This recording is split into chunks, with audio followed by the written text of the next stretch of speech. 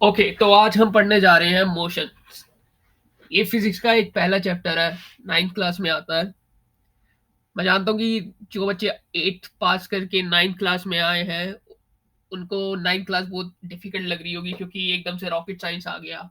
क्योंकि मोशन पढ़ना पड़ेगा, उसके अंदर काफ़ी सारी इक्वेशंस होती है, न्यूमेरिकल्स होते हैं, और बच्चों को ये लगता है कि ये बहुत रॉकेट साइंस है और बहुत मुश्किल है, हम ये क्या पढ़ रहे हैं, और वो बहुत कन्फ्यूज़ हो जाते हैं कि 9th क्लास बहुत मुश्किल है।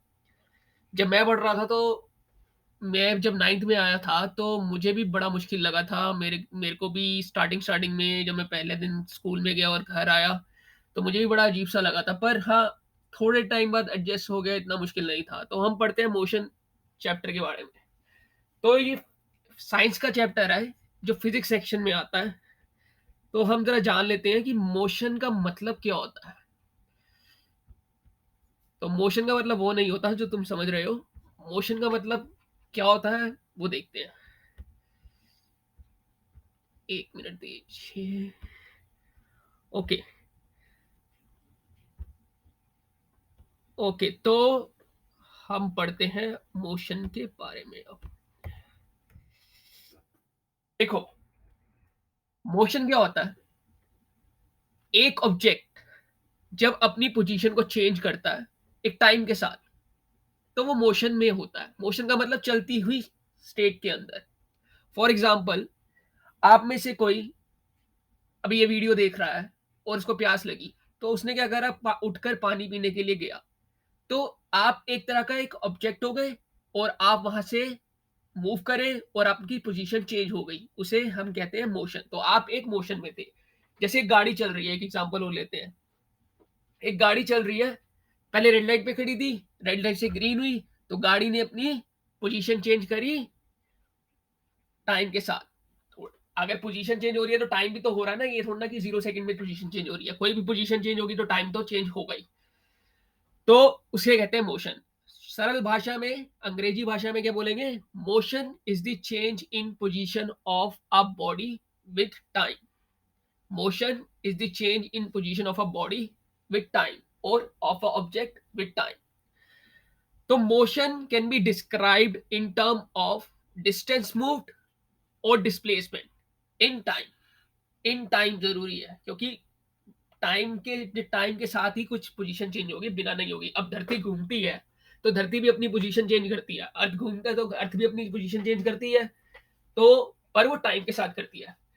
तभी रात होती है, कब तभी तभी दिन होता है, रात होती है, तभी आपको पर पता लगता है कि धरती घूम रही है, क्योंकि टाइम चेंज हो रहा है और साथ साथ वो मूव कर रही है। उसके हमारे को इफेक्ट भी देखने को मिलते हैं, जैसे कि सूरज चला जाता है नीचे, फिर चढ़ जाता है, डूब जाता है, चढ़ जाता है। तो मोशन का ये एक्सपेक्ट होता है। चैप्टर 8 में क्या बोल रहा है, चलो पढ़ते हैं पहली लाइन। ये कह रहा है, in everyday life we see some object at rest and other in motion. जैसे कि birds fly, fish swim, blood flow through the vein arteries and car moves. तो हम रोजाना जिंदगी में देखते हैं कि भाई चिड़िया उड़ रही हैं, मछलियां तैर रही हैं, खून हमारे बॉडी के अंदर उतर रहा है, दौड़ रहा है। तो ये क्या है? ये सब मोशन ही है ना। एक जगह से दूसरी जगह जा रहा है, सब मोशन ही है ना। तो ये एक तरह का मोशन मोशन है, जो बहुत ही सरल भाषा में कह सकते हैं, movement of the object changing their position with time. Simple. अब मोशन के अंदर ये जो सब कुछ लिखा हुआ है, इस अब ये जो सब कुछ लिखा हुआ है इसके अंदर, मैंने जो आपको बताया सरल भाषा में, ये वही सब है। अब मेन मुद्दों में चलते हैं, मेन टॉपिक्स में चलते हैं, क्या होता है। तो पहला टॉपिक है डिस्क्राइबिंग मोशन, जो मैंने आपको बताया। So we describe the location of an object by specifying a reference point. Let us understand this by an example. So let us assume that the school in village is 2 kilometers north of the railway station. We have specified position of the school with respect of railway station. In this example, the railway station is a reference point. We could have also choose other reference point according to our convenience. Therefore, to describe the position object, we need a specify reference point called origin. मत confuse हो, ये क्या कह रहा है बताता हूँ। देखो, इधर देखना जरा। तो इसको सिलेक्ट किया। तो मान लो एक रेफरेंस पॉइंट क्या होता है कि जिधर से हमारी पोजीशन शुरू हो रही है। फॉर एग्जांपल, एक स्टूडेंट है जो ए पॉइंट पे खड़ा है, ठीक है? और मान लो ये कैंटीन है या कोई रेस्टोरेंट है, ठीक है? ये उसको जाना है बी पॉइंट में, ठीक है? तो क्या हो रहा है? यहाँ से उसने मूव करा और वो बी पॉइंट में पहुँच गया। तो वो यही कहना चाह रहा है कि जो रेफरेंस पॉइंट होगा हमारा वो ओरिजिन होगा। ओरिजिन मतलब जहाँ से शुरू हुआ है, तो ए पॉइंट हमारा ओरिजिन हुआ और फाइनल डेस्टिनेशन क्या हुई? बी पॉइंट हुई। लेकिन इसको मूव तो पहले लगा लो ये बंदा यहाँ पर था, यहाँ से मूव करा, करा यहाँ पे पहुँच गया, ठीक है? यहाँ पे पहुँच गया सपोज़ वो बंदा। अब उसको पहुँचने में कुछ टाइम लगा होगा, तो इसकी पोज़ीशन चेंज हो गई विद रेफरेंस पॉइंट, जिसको हम कहते हैं ओरिजिन। तो रेफरेंस पॉइंट से पोज़ीशन इस पॉइंट में चेंज हो गई। तो यही सब उसने लिखा हुआ था उसके ऊपर, जो पढ़ के बताया है। आगे चलते हैं, आगे देखते हैं क्या कहता है। ओके, 2 मिनट दीजिए। ओके, ओके तो आगे क्या बोलता है? ओके, इससे पहले हम इस टॉपिक पे जाएँ motion along a straight line, कुछ नहीं है, बहुत आसान है, चिंता मत करो। मैं थोड़ा-सा कुछ बताना चाहता हूँ आपको। देखो, मोशन क्या मैंने बोला था? Motion is the change in the position of a body with time, ठीक है? कोई भी ऑब्जेक्ट पोज़ीशन चेंज करता है टाइम के साथ, उसको हम कहते हैं मोशन। मोशन के 2 पहलू होते हैं, ठीक है? पहले तो वो डिस्टेंस कुछ मूव करेगा, अगर डिस्टेंस ही नहीं मूव करेगा तो पोज़ीशन कैसे चेंज करेगा? तो पहले तो उसको डिस्टेंस मूव करना है, ठीक है? और क्या कहते हैं, डिस्टेंस मूव करना है और ये डिस्प्लेसमेंट करनी है। एक डिस्प्लेसमेंट नाम की भी चीज़ होती है। डिस्टेंस डिस्टेंस होता है कि भैया देखो जैसे एक मैं गया, एक पॉइंट से दूसरे पॉइंट तक करा मैंने मतलब समझो मैंने 400 मीटर कवर करा या 4 किलोमीटर कवर करा, वो डिस्टेंस हो गया। डिस्प्लेसमेंट भी किलोमीटर डिस्टेंस में ही होती है, बट हम वो बाद में पढ़ेंगे क्या होता है। तो ये था मोशन के पहलू कि भैया टाइम भी चेंज हो रहा है और क्या कहते हैं बंदे की पोजीशन भी चेंज हो रही है। कहाँ से? रेफरेंस पॉइंट से। रेफरेंस पॉइंट क्या होता है? ओरिजिन, ठीक है? अब हम चलते हैं motion along a straight line. तो ये क्या बोलना चाह रहा है? ये कह रहा है the simplest type of motion is the motion along a straight line. We shall first learn to describe this by example. अच्छा, देखते हैं क्या कहती है आपकी एनसीईआरटी की book. Consider the motion of an object moving along a straight path.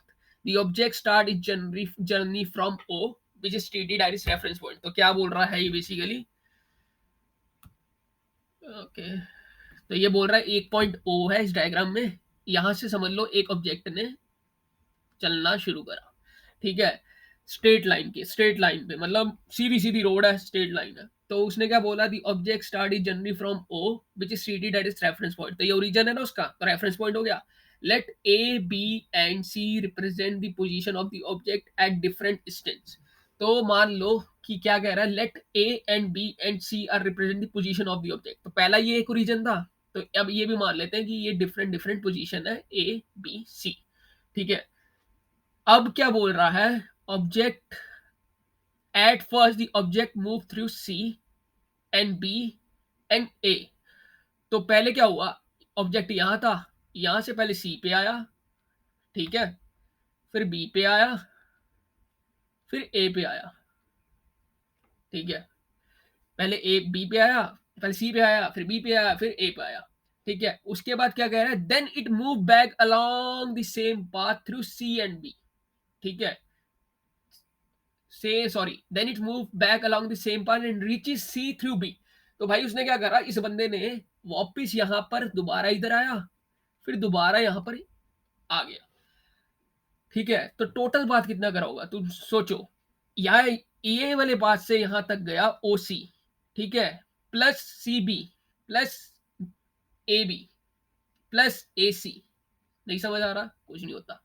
तो देखो टोटल पाथ कितना डिस्क करा होगा इसको, ओ से सी, तो O C plus C B plus B ए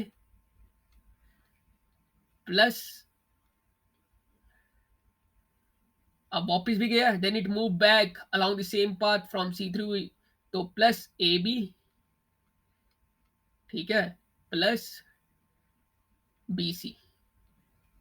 टोटल इतना डिस्टेंस ट्रेवल करा, तो क्या होगा टोटल पाथ? तो सोचो ओ से सी तक, पहले तो ओ से सी तक गया, सी से बी तक गया, ओ से ए तक गया। तो जो स्मार्ट बच्चे होंगे ना, वो पता क्या करेंगे, वो ऐसे नहीं कैलकुलेट करेंगे। ओ से सी तक गया तो 25, 25 से सी से बी तक गया तो 35 माइनस 25 करके करा होगा। लेकिन छोटे स्मार्ट स्मार्ट बच्चे होंगे ना, वो ये करेंगे, ओ से ए तक तो भैया 60 किलोमीटर था, तो पहले तो वो ओ से ए तक गया 60 किलोमीटर, फिर ए से सी तक गया, कितना हुआ 60 माइनस 20, 60 माइनस 25, जितना भी होगा वो उतना पाथ होगा। तो देखो, the total path length cover by the object is O A. O A क्या है, पूरी ये लाइन 60 किलोमीटर।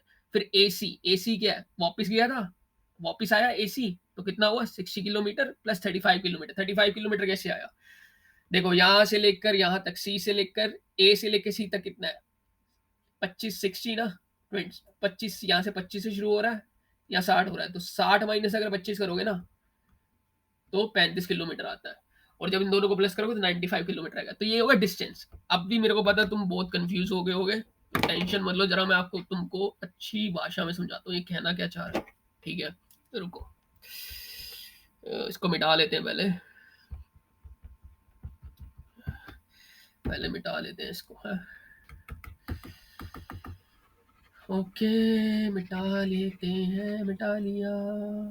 ओके, ये बुक्स ना बड़ी अजीब सी भाषा लिखती है ताकि बच्चे पहले ही डर जाएं। ओके, कोई बात नहीं। तो अब हम क्या करेंगे, मैं आपको समझाता हूँ छोटी सी उसके अंदर। ओके, मेरे को पेंट खोलने दो, 2 मिनट दो जरा। Paint paint paint paint. Okay, अब समझना क्या हो रहा है, मैं क्या कहना चाह रहा था। ठीक है, अब देखो क्या हो रहा है, यही लेते हैं हम। ओके, ठीक है, मानो एक स्ट्रेट पाथ था ओ, ठीक है, फिर यहां से ये पूरी लाइन डली हुई है, ठीक है, यहां से मान लो ये सी है, ठीक है, और इसका डिस्टेंस है, स्ट्रेट लाइन की बात कर रहे हैं कि बंदा स्ट्रेट लाइन पे ट्रेवल कर रहा है, इसका डिस्टेंस है 60 किलोमीटर। ठीक है, अब मानो कि ओ से सी तक गया, यहां पर एक और पॉइंट था बी, उस पॉइंट को भूल जाओ, मैं अब दूसरे पॉइंट ले रहा हूं तो कंफ्यूज मत होना। तो देखो, पहले वो ओ से बी गया, फिर बी से सी गया, इसका टोटल डिस्टेंस है 60 किलोमीटर, यहाँ से डिस्टेंस है 30 किलोमीटर, यहाँ से भी यहाँ से 30 किलोमीटर की जगह यहाँ पे मान लो ये है 40 किलोमीटर। एक मिनट बता दूं। ओके, ओके, ये है 40 किलोमीटर, और यहाँ तक 40 किलोमीटर था, यहाँ तक है 60 किलोमीटर, यहाँ तक है 60 किलोमीटर, और पूरा है 100 किलोमीटर। ठीक है, तो 40 प्लस 60 पूरा 100 किलोमीटर हुआ। तो ओ से बी जब ट्रैवल करा तो 40 किलोमीटर हुआ ना, प्लस बी से सी करा ट्रैवल कितना हुआ 60 किलोमीटर, तो पूरा 100 ही हुआ।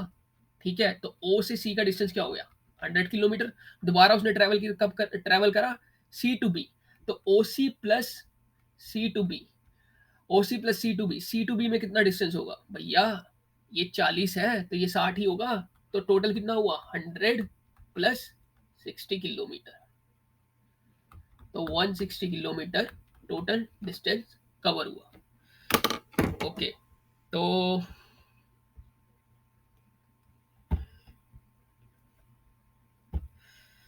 उधर चलते हैं दोबारा। तो देखो, दोबारा से देखो क्या कह रहा था यहाँ पर, इसको मिटा देते हैं। सॉरी, सॉरी, ये जो है ना, ये नया सॉफ्टवेयर है, मैं इस पे यूज टू नहीं हूँ, तो इस वजह से ये सब हो रहा है। थोड़ा यूज टू हो जाऊंगा ना, फिर टाइम नहीं लगेगा, तो होपफुली। ओहो, ये क्या हो गया, अरे यार, 1 मिनट दो जरा।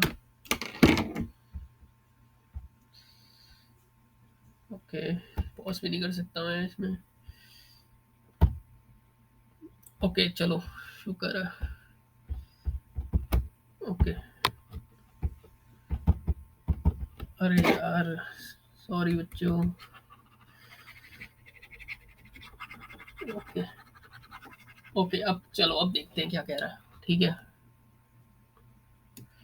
ओके, क्या कह रहा था यहाँ पर, अब दोबारा से पढ़ते हैं। देखो क्या बोल रहा है कि object start is generate, object ने शुरू करा ओ से शुरू करा जी। ठीक है, ओ से जाने के बाद उसने कहाँ पर गया, late A and B represent the position of the different distance. So at first the object moved through C पे आया, फिर B पे आया एंड A पे फाइनली पहुंचा. तो टोटल फाइनल डिस्टेंस क्या हुआ, फाइनल इनिशियल पोजीशन क्या हुई O, फाइनल पोजीशन क्या हुई A, तो डिस्टेंस क्या हुआ 0 से 60 किलोमीटर. तो हम बोलेंगे OA का डिस्टेंस हो गया 60 किलोमीटर. ठीक है. उसके बाद क्या बोलता है, move back along with the same path. Same path बोले तो जहां पर फाइनल पोजीशन में था वहां से पहले बी पे गया फिर सी पे गया, तो ए से फिर क्या हुआ, तो टोटल डिस्टेंस कितना ट्रैवल करा. तो अब इसकी ओरिजिन क्या हुआ ए और फाइनल पोजीशन क्या हुई सी, तो ए से सी में कितना हुआ 60 माइनस 25, 60 माइनस 25 बोले तो 35. तो टोटल कितना हो गया O A plus A C is equal to 35 kilometre. तो कितना हुआ 60 प्लस 35 95 किलोमीटर. तो ये इसने टोटल डिस्टेंस कवर्ड किया. वो कुछ टाइम पे करा होगा फॉर श्योर, पर हमारे को टाइम नहीं दिया, इन्होंने टोटल बताया कि इतना डिस्टेंस कवर करा है जब मोशन एक स्ट्रेट लाइन में हो रहा है. ठीक है ना. हो सकता है मोशन भाई स्ट्रेट लाइन की जगह टेढ़ा मेढ़ा भी हो रहा हो, डायगनली भी हो रहा हो, तिरछा भी हो रहा हो, पर वो कुछ डिस्टेंस कवर करेगा. तो एक जनरल सा एक फॉर्मूला, एक जनरल सा तरीका बता रहा है कि डिस्टेंस को हम कैसे मेजर करते हैं. ठीक है. तो टोटल डिस्टेंस कितना हो गया 60 प्लस 35 95 किलोमीटर. सो क्या बोल रहा है, this is the distance covered by the object. ठीक है. To describe distance we need to specify only numerical value and not to direction of the motion. तो डिस्टेंस के लिए हमारे को डिस्क्राइब करने के लिए सिर्फ भैया हमारे को बताना कि 60 किलोमीटर से ट्रैवल कर, हमें ये नहीं बताना कि किस जगह गया था भैया. पहले पहले तो सीधा गया ओ से सी ए गया, फिर ए से सी चला गया. हमारे को ये नहीं बताना कि कौन सी जगह गया था, उल्टा गया था सीधा गया था. तो डिस्टेंस हमेशा न्यूमेरिकल वैल्यू में काउंट होता है, उसकी डायरेक्शन नहीं, मोशन की डायरेक्शन नहीं हम देखते. ठीक है. There are certain quantity which are described by specifying only their numerical value. The numerical value of the physical quantity is its magnitude. Numerical value of the physical quantity is magnitude. Okay, magnitude क्या होता है, किसी को पता है physics में क्या magnitude क्या होता है? अच्छा, मैग्नीट्यूड पता है क्या होता है? मैग्नीट्यूड बेसिकली एक सम एक्सटेंट ऑफ ऑब्जेक्ट होती है नॉर्मली. जैसे कि मान लो मैंने बोला कि भाई क्या कहते हैं 10 किलो मेरे पास सेब है, तो 10 किलो उसका मैग्नीट्यूड हुआ, 10 किलो उसका मैग्नीट्यूड हुआ. ठीक है ना. तो अगर सरल भाषा में बोलूँ ना, मैग्नीट्यूड होता है how much of a quantity, how much of a quantity. ठीक है. तो ये जनरल भाषा में होती है, जनरल टर्म्स में होती है. पर अगर मैं फिजिक्स की टर्म में देखूं तो फिजिक्स की टर्म में हम क्या बोलेंगे, the magnitude is defined as the maximum extent of size और amount of quantity and the direction of the object. ठीक है. The magnitude is defined as the maximum extent of size and the direction of the object. तो जैसे कि for example earthquake आता है, हम बोलते हैं ना कि भाई इतने स्केल में आया था, तो वो हम स्केल बोलते हैं ना, जैसे 7 स्केल में आया वो बोलते हैं मैग्नीट्यूड में आया, इतना मैग्नीट्यूड था उसका अर्थक्वेक आया तो. और फॉर एग्जांपल हम बोलते हैं ना कि भाई हमने बोला ना क्या कहते हैं कि भाई मैं ना आज 5 किलोमीटर ना सैर करके आया हूँ, तो हमारा मैग्नीट्यूड कितना हुआ 5 किलोमीटर हुआ, हमें इतनी क्वांटिटी. ठीक है. पर एक डायरेक्शन फिजिक्स में मैग्नीट्यूड वो होता है जिसके साथ में डायरेक्शन भी हो. ठीक है. तो मैग्नीट्यूड कुछ नहीं है, एक तरह का क्वांटिटी है, तो फिजिकल क्वांटिटी को हम कहते हैं मैग्नीट्यूड. ठीक है. तो आगे क्या बोलता है, from this example can you find out the distance of the final position C of the object from the initial position O. क्या बोल रहा है, can from कहाँ गया, from this example can you find out distance of final position C of the object from the initial position O. हाँ निकाल सकते हैं भाई, क्यों नहीं निकाल सकते. तो क्या है, हम क्या निकाल क्यों नहीं सकते, हमारे को क्या बोल रहा है, the object from the initial position final position C. तो फाइनल पोजीशन क्या थी, ये थी ना हमारी फाइनल पोजीशन जी, यही थी ना. देखो ना पहले, देखो ना पहले तो ओ से ए गया, फिर ए से पहले ओ से सी गया, सी से बी गया, बी से ए गया, फिर ए से बी आया, बी से सी आया. ठीक है ना. तो ओरिजिन तो हमारा ये था, लेकिन अगर हम सारा इसका कंक्लूड करें तो हमारी फाइनल पोजीशन सी है. ठीक है ना. फाइनल पोजीशन सी है, तो हम निकाल सकते हैं ना उसका मैग्नीट्यूड, बिल्कुल निकाल सकते हैं ना. और जो मैग्नीट्यूड है ना वो डिस्प्लेसमेंट हो जाएगी. अब डिस्प्लेसमेंट का कंसेप्ट आता है. कंफ्यूज मत होना, बताता हूँ। तो देखो, the difference will give you the numerical value of the displacement, जो मैं बोल रहा था, of the object from O to C through A. ठीक है, तो कुछ नहीं होता, एक बार पेंट में आते हैं। तो बेसिकली देखो, बंदे ने इतना डिस्टेंस ट्रैवल कर लिया, ओ से पहले सी गया, सी से बी गया, बी से ए गया, ठीक है, फिर ए से बी आया, फिर बी से सी आया। उसने टोटल डिस्टेंस कवर कर लिया 95 किलोमीटर, जो हमने टोटल करा था। लेकिन ये तो डिस्टेंस कवर करा उसने, पाथ लेंथ कवर करी, जितना भी कवर किया था, ठीक है ना, उसको तो हम निगलेक्ट नहीं कर सकते, चाहे वो आगे गया, चाहे वो पीछे आया, दोबारा आगे गया। लेकिन हमारे को क्या बोल रहा है, कह रहा है कि क्या हम ओ से कहाँ गया, फिर जो फ्रॉम दिस एग्जाम्पल, क्या हम इस distance final position C of the agent from the initial position of, क्या हम उसका डिस्टेंस निकाल सकते हैं? हाँ निकाल सकते हैं ना यार। देखो ना, ओ और सी का डिस्टेंस क्या हुआ, 25 किलोमीटर हुआ ऑब्वियसली। अगर मैं बोलूं कि भाई अब एट प्रेजेंट, पहले हमारा हमारा पहले पहले हमारा बंदा यहाँ से यहाँ पर गया, फिर यहाँ पर गया, फिर यहाँ पर गया, फिर दोबारा यहाँ पर आया, फिर दोबारा यहाँ पर आया। अब फाइनल पोजीशन क्या हो गई, ये हो गई। ओरिजिन हमारा फिर भी यही था, तो ओरिजिन ये है, फाइनल पोजीशन ये है, तो डिस्टेंस क्या हुआ, यही हुआ ना भाई, 0 से 25। तो इसको कहते हैं डिस्प्लेसमेंट। तो डिस्प्लेसमेंट क्या होता है, डिस्प्लेसमेंट होता है the shortest distance measure from the initial to final position of the object. The displacement क्या होता है, shortest distance measure from initial to final position. बहुत इंपॉर्टेंट टर्म है, मैं बताता हूँ क्या होता है, ठीक है। तो एक मिनट दो, मैं उसमें समझाता हूँ आपको, पेंट में समझाता हूँ ताकि आसानी से समझ आ जाए। ओके, तो पेंट में चलते हैं, ठीक है, इसको मिटा देते हैं भाई। ओके ओके ओके, चलो ठीक है। अब हम एक तरह का, एक मिनट दो, ये थोड़ा सा ना दिक्कतें हो रही हैं। अब बोर तो नहीं हो रहे, अगर हो रहे तो थोड़ा सा सह लो, अगर सही तरीके से समझना, अदरवाइज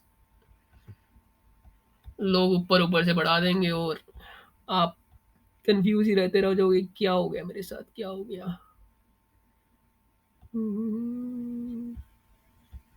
ओके,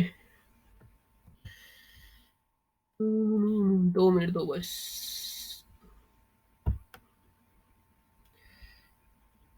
ओके,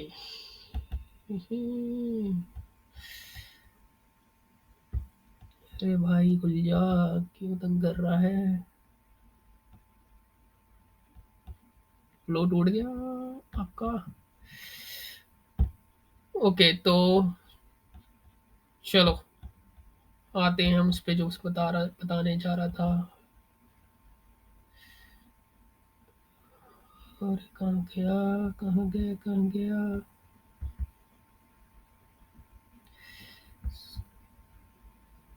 ओके, चलो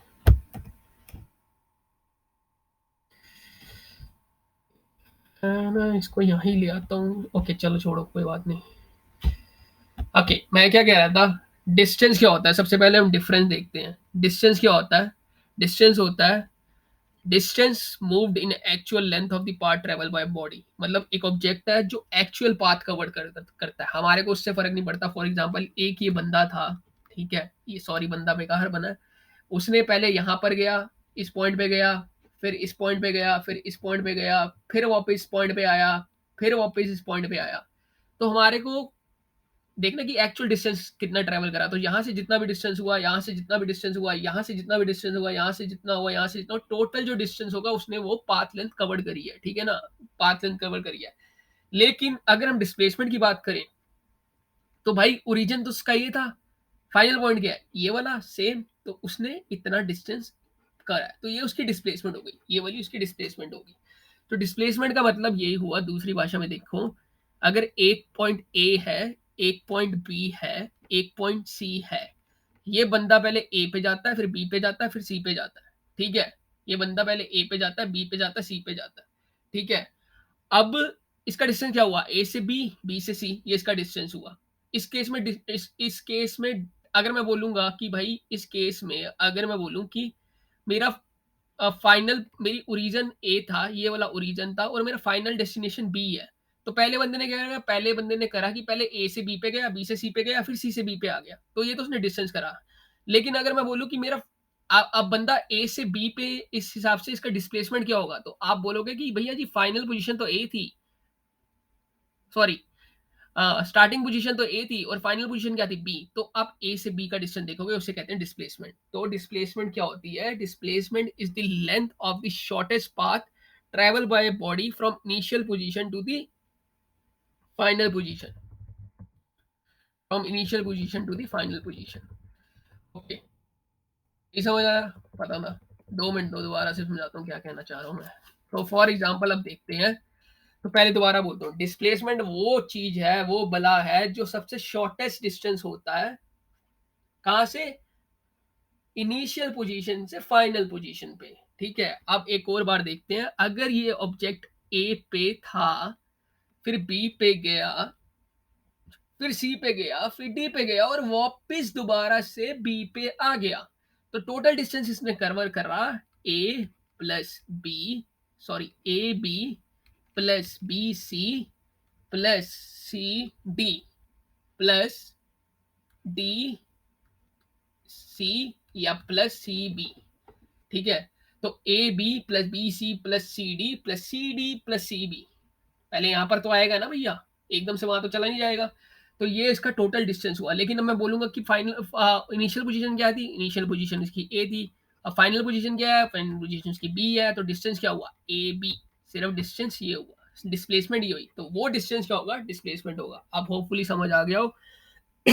तो displacement is the length of the shortest path travel by a body from initial position to final position. हमेशा याद रखना, हमने इनिशियल पोजीशन देखनी है और फाइनल पोजीशन तक ही देखना है, अदरवाइज आप कंफ्यूज होते रहोगे। कि ये याद रखना, जब भी डिस्प्लेसमेंट देखना है तो shortest distance from initial position to the final position होता है। ठीक है, हमेशा ये ध्यान रखना। तो इसमें डिस्प्लेसमेंट क्या हुई? कितनी हुई इसमें डिस्प्लेसमेंट? इस केस में डिस्प्लेसमेंट हुई 25 किलोमीटर और डिस्टेंस क्या हुआ? 95 किलोमीटर। ठीक है, ओके। तो आगे क्या बोलता है, आगे भी देख लेते हैं। ओके, आगे क्या कहता है? आगे यही बोल रहा ना, the shortest distance measure from the initial to final position of object is known as displacement, जो मैंने अभी बोला है, अभी जो बोला है। अच्छा, अब एक सवाल पूछता हूँ, सोचो जरा, एक सवाल देता हूँ। ठीक है, क्या क्या डिस्प्लेसमेंट जीरो हो सकती है? डिस्प्लेसमेंट, राइटिंग में मजा आना, राइटिंग बहुत गंदी है मेरी। जीरो हो सकती है, हाँ या ना? Question mark. अब मानता हूँ, एक एग्जांपल देता हूँ। अगर अगर आंसर आता है तो कमेंट करके बताओ क्या है। ठीक है, लेकिन मैं फिर भी बताता हूँ। देखो, एक ए पॉइंट था, एक बी पॉइंट था, ठीक है, एक सी पॉइंट था। ठीक है, एक बंदे ने क्या करा, ए से बी पे गया, बी से सी पे गया। ठीक है, ए से बी पे गया, बी से सी पे गया। अच्छा, सबसे पहले बताओ कि इसका शॉर्टेस्ट पाथ क्या होगा? बंदे को कहाँ पे जाना था? बंदे को सी पे जाना था। ठीक है, बंदे को सी पे जाना था, पर बंदे ने पाथ कौन सा करा? पहले ए पे गया, फिर बी पे गया, फिर सी पे गया। तो शॉर्टेस्ट पाथ यही था ना उसका, यही था ना शॉर्टेस्ट पाथ, ए सी शॉर्टेस्ट पाथ था। ओ, ठीक है ना? तो पर मान लो अगर ये 10 है और ये 10 मीटर है, हमारे को तो ये पता ही नहीं है, इस पे बात पे आएंगे। लेकिन ये ध्यान रखना कि डिस्टेंस क्या होगा इसमें। अगर मैं देखूंगा तो ए से बी, बी से सी, तो 10 प्लस 10 20 डिस्टेंस होगा। शॉर्टेस्ट पाथ हमारे पास है नहीं, लेकिन वो हम पाइथागोरस थ्योरम से निकाल लेंगे। वो बात की बात है, वो समझाऊंगा जब न्यूमेरिकल पार्ट में आएंगे। पर ये ध्यान रखो कि इसमें छोटा डिस्टेंस क्या होगा, ए डिस्प्लेसमेंट क्या होगा? ए से सी होगा। ठीक है ना? और डिस्टेंस क्या होगा? ए से बी, बी से सी। ठीक है, अब क्वेश्चन में आते हैं। क्या डिस्प्लेसमेंट जीरो हो सकती है? हाँ, हो सकती है। कैसे हो सकती है? अगर फाइनल पोजीशन ही equal to initial position. For example, अगर बंदा ए से बी पे गया, सी पे गया, वापस दोबारा ए पे आ गया, तो इनिशियल और फाइनल पोजीशन सेम हो गई ना? तो अगर इनिशियल और फाइनल पोजीशन सेम है तो भाई उसने ट्रैवल कितना करा? अंडा, जीरो, शून्य। ठीक है ना? तो शून्य ही ट्रैवल करा उसने। अब देखो बुक क्या कहती है, बुक तुम्हारे को घुमाती है। अच्छा, एक और पूछता हूँ इसके इसमें कि डिस्प्लेसमेंट तो भैया हाँ जी जीरो हो सकती है, किस कंडीशन पे, अगर फाइनल पोजीशन और इनिशियल पोजीशन एक बराबर हो जाती है। क्या डिस्प्लेसमेंट डिस्टेंस से बड़ी हो सकती है मैग्नीट्यूड में? क्या डिस्प्लेसमेंट डिस्टेंस से बड़ी हो सकती है? खुद सोचो यार, डिस्प्लेसमेंट तो शॉर्टेज डिस्टेंस है, तो बड़ी कैसे हो सकती है? हो ही नहीं सकती ना डिस्टेंस से। हाँ, लेकिन बराबर जरूर हो सकती है।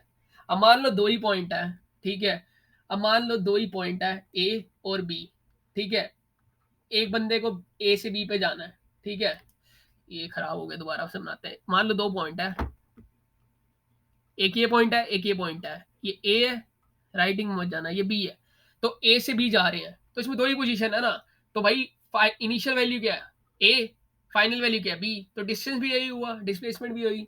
तो कंक्लूजन में आते हैं, तो कंक्लूजन में ये पता लगा हमारे को भैया डिस्टेंस और डिस्प्लेसमेंट में क्या फर्क है।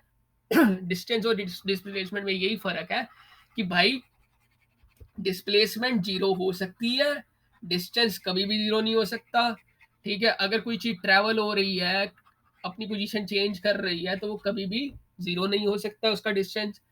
डिस्प्लेसमेंट जरूर जीरो हो सकता है, कब, जब इनिशियल और फाइनल वैल्यू बराबर हो, फाइनल पॉइंट बराबर हो, ठीक है, और डिस्टेंस हमेशा डिस्प्लेसमेंट से क्या होता है, बड़ा होता है और बराबर हो सकता है, लेकिन डिस्प्लेसमेंट हमेशा डिस्टेंस से छोटी होती है और बराबर हो सकती है, ठीक है ना। अब ये इसके वो थे, क्या बोलते हैं, डिफरेंसेस, ठीक है, आपके, अरे यार ये कैसे ठीक होगा, ये कब बकवास चीज है ये। ओके, तो अब हम चलते हैं इस पे, उसको इग्नोर करना। अब ये क्या कह रहा है, सॉरी, ये क्या बोल रहा है, can the magnitude of displacement be equal to distance of travel by an object. आपसे सवाल पूछा था, आपको आंसर आना चाहिए, बिल्कुल डिस्प्लेसमेंट इक्वल टू डिस्टेंस हो सकता है, जो जबकि जब फाइनल और इनिशियल पॉइंट बराबर हो जाए, ठीक है ना। ओके, आगे क्या बोलते हैं, क्या कह रहा है, for a motion of the object from O to A the distance covered is 60 kilometre. बिल्कुल, जब हम देखें इसको मिनिमाइज कर देता हूँ भाई, थोड़ा सा कोऑपरेट कर लेना, मेरे को नजर आ रहा है मैं बोल बोल के बढ़ा रहा हूँ। तो देखो ये क्या कह रहा है, ये कह रहा है कि फिगर 8.1 में, फिगर 8.1 में, for a motion of the object, for a motion of the object from O to A, from O to A कितना था distance covered 60 kilometre, and the magnitude of displacement is also 60 kilometre during it from motion from O to A and back to B। Distance cover is, okay, अगर हम दो ही point consider करते हैं भैया, अगर O से A तक, तो डिस्टेंस और डिस्प्लेसमेंट बराबर है, ठीक है, कह रहा है during it motion from O to A and back to B, पहले O to A गया, फिर बैक टू B गया, क्या फिर उसकी डिस्प्लेसमेंट कितनी आएगी, उसका डिस्टेंस कितना आएगा, O to A plus 60 minus 35 बोले तो 25, 60 प्लस 25 85 किलोमीटर, ठीक है। तो ये तो चीज हो गई, इतना उसका डिस्टेंस हो गया, पर डिस्प्लेसमेंट क्या होगी, डिस्प्लेसमेंट भैया सिर्फ 35 किलोमीटर होगी, क्योंकि फाइनल पोजीशन क्या थी, ओ से इनिशियल पोजीशन क्या थी, ओ, फाइनल पोजीशन क्या थी, बी, क्यों, ओ टू ए गया फिर बैक टू बी हो गया, ओ टू ए गया फिर बैक टू बी हो गया, तो भाई ओ इनिशियली हुई फाइनली, तो इधर डिस्प्लेसमेंट क्या होगी 35 किलोमीटर, और डिस्टेंस कितना होगा 85 किलोमीटर, और डिस्प्लेसमेंट कितनी होगी 35 किलोमीटर। तो क्या बोलना चाह रहा है ये, displacement are use to describe overall motion of an object, overall motion of an object, मतलब भैया जब वो थम गई ना, एक जगह से गई, एक जगह से चली और जाके एकदम से रुक गई, बैठ गई शांति से, वो ओवरऑल मोशन हो गया, ठीक है ना। Of an object to locate is final position, जब हमारे को फाइनल पोजीशन मिल जाती है, जब वो बैठ जाती है आराम से, तो उसको हम कहते हैं डिस्प्लेसमेंट, तब मिलती है। विद रेफरेंस, किसके रेफरेंस में मिलेगी, इनिशियल पॉइंट से मिलेगी ना, जो ओरिजिन पॉइंट होगा जहां से उसने स्टार्ट किया होगा, तो ये था डिस्प्लेसमेंट और डिस्टेंस के बीच में फर्क। मुझे मुझे उम्मीद है कि इतना समझ आया होगा, इतनी इतनी इतनी इतनी मतलब डीपली कोई नहीं समझाने वाला, लोग बस दो लाइनें बोलते हैं, displacement is the shortest distance, distance the actual path covered by the object, इतना बोलते हैं, और लोग बच्चों को समझ ही नहीं आती। तो होपफुली ये चीज समझ आ गई होगी। अब हम इन क्वेश्चंस पे आते हैं। अगर ये चैप्टर तुम पढ़ के जाओगे और मैम के सामने अगर जवाब दोगे तो भैया नंबर आ जाएँगे आपके। अब क्या बोल रहा है इसके अंदर? इसको न्यूमेरिकल को बाद में करेंगे, अभी इसको भूल जाना। अभी हम ये देखते हैं, an object has moved through a distance. एक ऑब्जेक्ट था, उसने एक डिस्टेंस पे मूव किया। ओके, बना के दिखाते हैं साथ में। एक ऑब्जेक्ट था, उसने कुछ डिस्टेंस पे मूव किया। इतने डिस्टेंस पे उसने मूव किया। Can it have a zero displacement? क्या उसकी जीरो डिस्प्लेसमेंट हो सकती है? यस। अगर ये ऑब्जेक्ट यहाँ से मूव करके दोबारा से इधर ही आ जाएगा वापस, यहाँ से मूव करा और दोबारा से यहाँ पर आ जाएगा। उसने मूव तो करा ना भाई, पहले यहाँ पर था, फिर यहाँ पर आया, फिर यहाँ पर आ गया। तो इस केस में डिस्प्लेसमेंट जीरो हो सकती है। मैंने बोला था displacement can be zero when initial और फाइनल पोजीशन इज इक्वल। तो yes, in this case the displacement can be zero. Already we have the answer. Okay, which of the following is true for displacement? It cannot be zero. Displacement cannot be zero. गलत है भाई, अभी तो हमने बोला कि displacement zero हो सकती है। This is not true. ठीक है, this is not true. Displacement can be zero, its magnitude is greater than distance. भाई डिस्प्लेसमेंट शॉर्टेस्ट डिस्टेंस होता है, तो उसका मैग्नीट्यूड डिस्टेंस से कैसे बड़ा हो जाएगा? ये भी गलत है, ये भी गलत है। तो होपफुली तुम लोगों को ये चीजें समझ आई हो, अगर तुमने ये वीडियो देखी हो। अब अगले चैप्टर में हम यूनिफॉर्म मोशन और नॉन यूनिफॉर्म मोशन पढ़ेंगे। फिलहाल अभी डिस्प्लेसमेंट और डिस्टेंस हमने पढ़ा, अच्छे से क्लियर हुआ। अब अगले चैप्टर में हम यूनिफॉर्म मोशन और नॉन यूनिफॉर्म मोशन पढ़ेंगे। अभी ब्रेक लेते हैं, और अगर वीडियो अच्छी लगी होगी तो सब्सक्राइब कर देना यार। नया नया हूँ, इतना आ, मतलब बस ऐसे ही लगा कि क्योंकि नाइन्थ मेरी भी बड़ी मुश्किल से पास हुई थी। क्योंकि पास मुश्किल से नहीं हुई थी, बात ये थी कि जब मैं 8 से 9th में आया तो ऐसे लगा कि भाई क्या बवाल आ गया है, बड़ा मुश्किल मुश्किल सा लगने लग गया। तो मुझे लगा कि आप लोगों के लिए, क्योंकि ये जो 9th होता है ना, वो एक स्टार्टिंग पीरियड होता है। और सही बताऊँ 10th ज़्यादा ईज़ी होती है, 9th पास कर लोगे ना तो 10th बहुत आसान लगेगी। तो अगर अच्छी लगी हो तो वीडियो भाई लाइक कर देना, सब्सक्राइब कर देना और कमेंट भी कर देना। गालियाँ मत देना भाई, मेहनत से वीडियो बना रहा हूँ। और ध्यान रखना अपना। और thank you for watching the video. फिर मिलते हैं यूनिफॉर्म मोशन और नॉन यूनिफॉर्म मोशन के कंसेप्ट में, डीप कंसेप्ट के साथ जाएंगे। जैसे ये मोशन, ये डिस्टेंस और डिस्प्लेसमेंट समझाया, ऊपर ऊपर से नहीं। और पूरे न्यूमेरिकल की इक्वेशन वगैरह सारा करेंगे। आप सब्सक्राइब कर देना चैनल, मुझे पता लगेगा कि आपको अच्छा लग रहा है तो मैं और वीडियो बनाऊंगा। अगर मुझे नहीं रिस्पॉन्स लगेगा तो फिर वीडियो बनाने का क्या फायदा यार, कोई देखेगा नहीं तो क्या फायदा। चलो ध्यान रखना, बाय, टेक केयर।